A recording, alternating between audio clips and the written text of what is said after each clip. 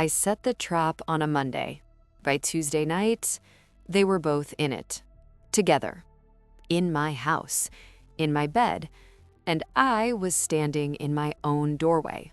Phone recording. Watching my husband and my best friend destroy everything I had trusted them with. 8 months. That is how long it had been going on.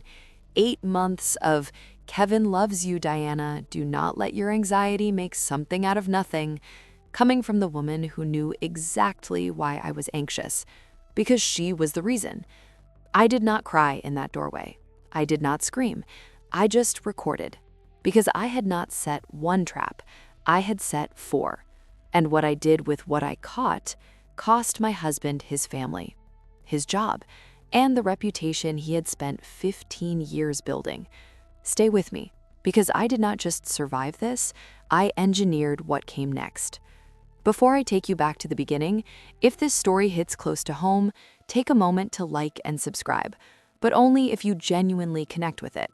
Drop your location and your local time in the comments. I love knowing where you're listening from. My name is Diana. I had been married to Kevin for 6 years.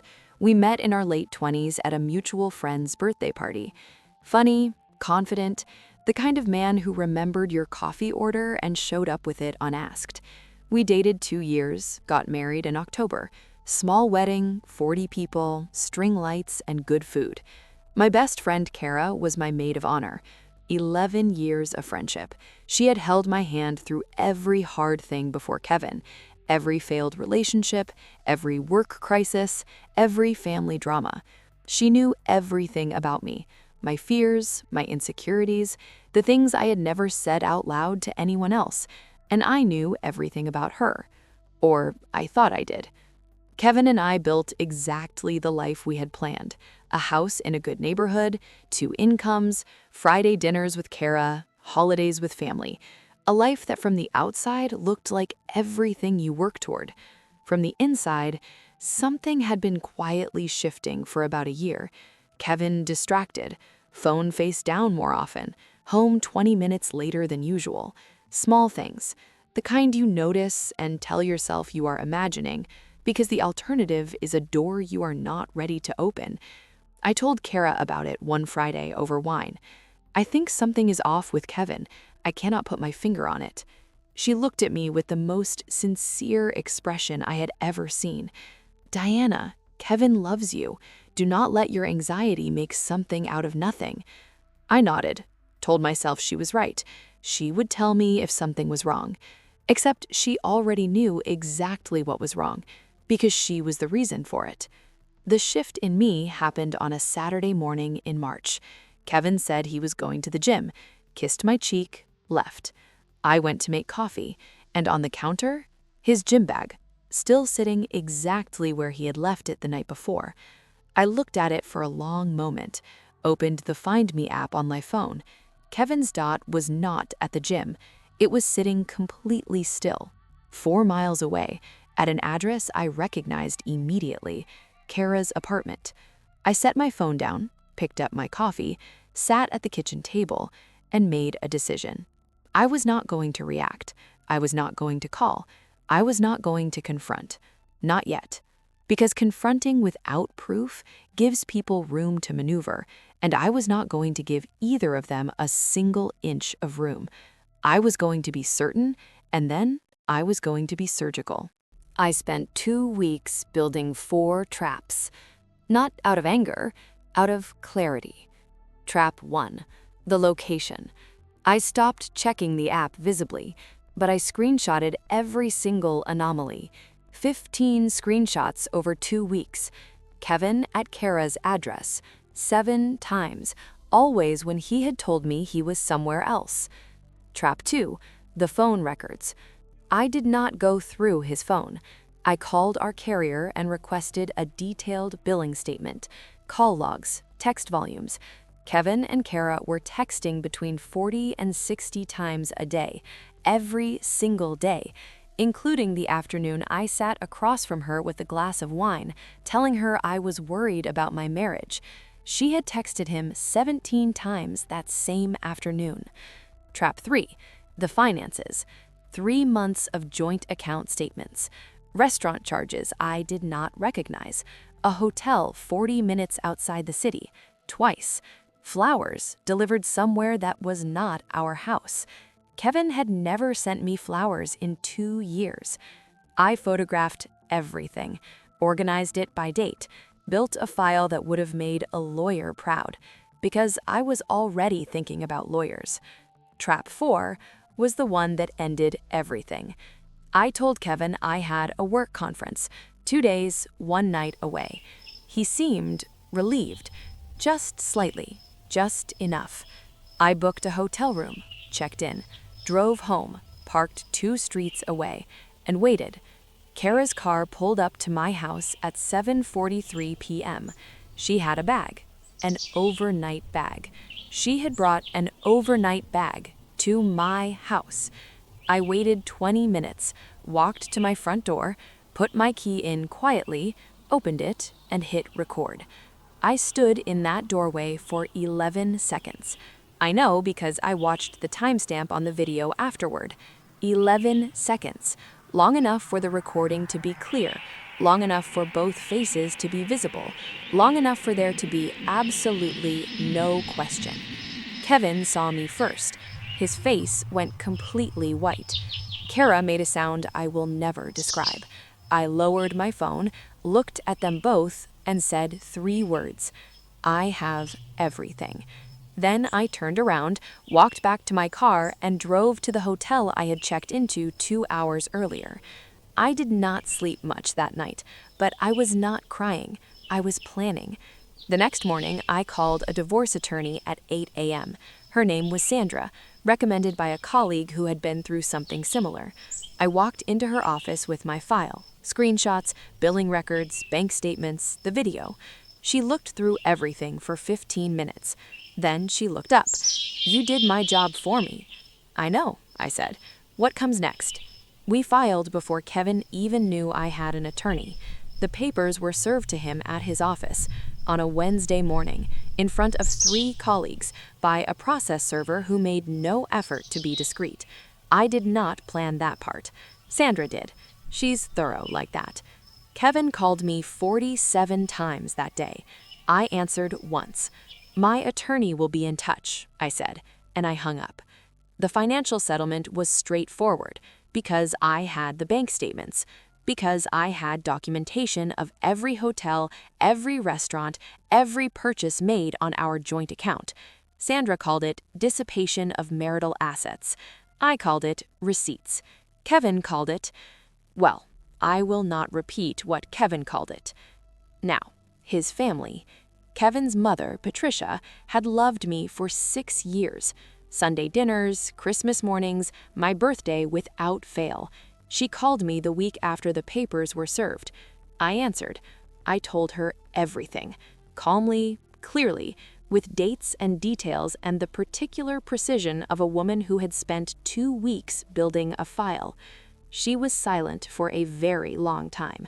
Then she said, "Send me what you sent the attorney." I sent it. Patricia called Kevin that evening. I know because his sister texted me afterward. "Mom is devastated. She told him he is not welcome at Sunday dinner until further notice." Kevin had gone to his mother's house every Sunday for his entire adult life. That door was now closed. Now, his job. Kevin was a regional manager at a financial services company. Professional reputation was everything. I did not call his employer. I did not need to, because Kara worked at the same company, different department, but same company. And when HR became aware, through channels I will not specify, that 2 employees had been conducting a relationship that included using company time and company devices, the billing records made that very clear. HR had their own process to follow. Kevin was placed on administrative leave within 2 weeks. Kara resigned before they could act on her case. I did not orchestrate that directly. I simply made sure the information existed in the right places, and the right places did what they do. And his reputation. Kevin had a carefully maintained image: community board member, youth sports coach, the kind of man who posted about integrity on LinkedIn. I did not post anything publicly. I did not need to, because in a town of 80,000 people, word travels. And when Kevin's own mother stopped defending him, when his colleagues started asking questions, when Kara's friends began putting the timeline together, the reputation he had spent 15 years building began dismantling itself, without a single public post from me.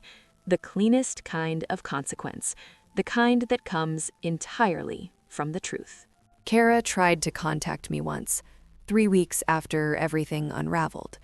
She showed up at my door. No overnight bag this time, just her, standing on my porch, looking smaller than I had ever seen her. I opened the door, did not invite her in. "Diana, I am going to stop you," I said, "before you say anything." She closed her mouth.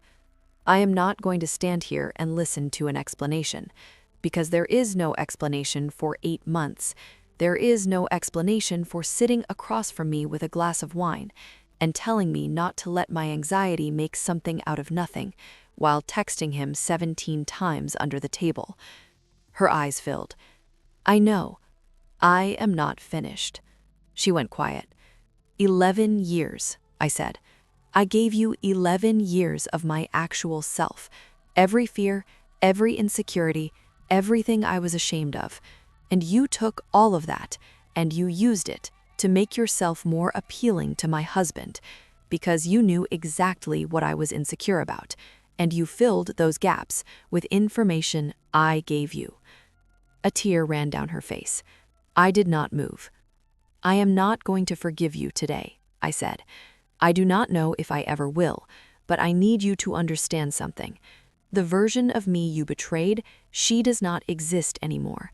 And the version standing in front of you right now, she does not need anything from you. Not an apology, not an explanation, nothing." I stepped back. "Goodbye, Kara." I closed the door and stood in my hallway and breathed. The divorce was finalized 8 months ago. I kept the house. I kept the joint account balance that Sandra recovered. I kept my name. And I kept something more important than all of it. I kept myself. The version of me that sat at a kitchen table with a coffee, looked at a gym bag, and decided that she was not going to fall apart. She was going to build a case. I am not in a relationship right now, and I want to be clear, that is not a sad ending. That is a chosen one. I spend my Friday evenings differently now. No more dinners with people who were using the table to hide what they were doing underneath it. I have a smaller circle, 3 women who have proven, through actual behavior, that they show up. That is enough, more than enough. Kevin and Kara are together now. I know because people tell me. I do not ask. I genuinely hope they figure out that a relationship built on betrayal has betrayal in its foundation, and foundations matter. Patricia still calls me on my birthday, every year. She does not mention Kevin. I do not either. We just talk about life, about her garden, about what I'm working on. She told me last year, "You were the best thing that came from that marriage." I told her, "The feeling is mutual." Here's what I know now that I did not know on that Saturday morning looking at a gym bag. You cannot control what people do to you. You can only control what you do next, and what you do next determines everything. I chose clarity over chaos, precision over explosion, strategy over revenge, and the outcome was not revenge, it was consequence. There's a difference. Revenge is about making people feel pain. Consequence is about letting the truth do what truth does when you get out of its way. I got out of its way, and I watched. If you stayed with me to the very end, thank you.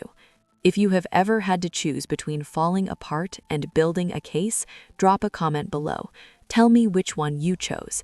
And if this story helped even one person sitting right now in that moment of knowing but not yet acting, share this video. because sometimes the most powerful thing you can hear is that someone else sat at that kitchen table, looked at that gym bag, and decided she was not going to be the victim of this story. She was going to be the author. Subscribe so you don't miss next video.